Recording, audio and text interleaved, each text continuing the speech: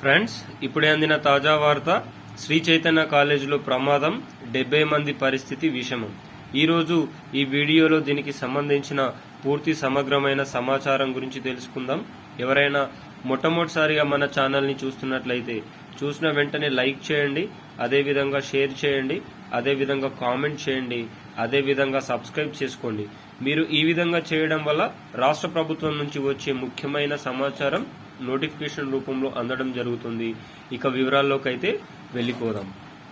పట్నంలోని mission hospital కి ఎదురుగా ఉన్న శ్రీ చైతన్య కాలేజీలో ఫుడ్ పాయిజన్ వల్ల 70 మంది తీవ్ర అస్వస్థతకు గురైనట్టు సమాచారం. మరి వీరిలో 40 మంది విద్యార్థులకు తీవ్రంగా అస్వస్థతకు గురయ్యారు.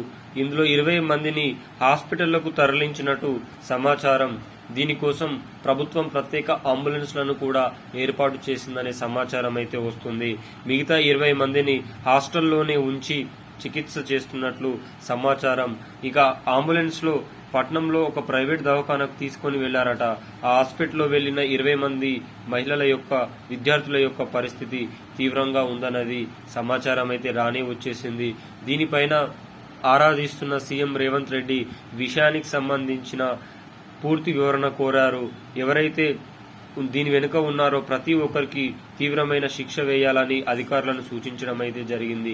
ఏది ఏమైనా ఈ విధంగా ప్రభుత్వ ప్రైవేట్ హాస్పిటళ్లలో కానీ, విద్యా సంస్థల్లో కానీ, హాస్టళ్లలో కానీ ఫుడ్ పాయిజన్ వల్ల ఈ విధంగా తీవ్రమైన దుమారాలు రేవడం ఇది కొత్తేమీ కాదు.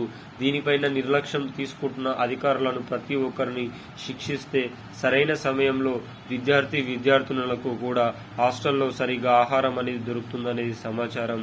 మరి దీనిపైన ప్రభుత్వం ఏ విధంగా తన వైఖరిని ముందుకు తీసుకుని వెళ్తుందో చూద్దాం.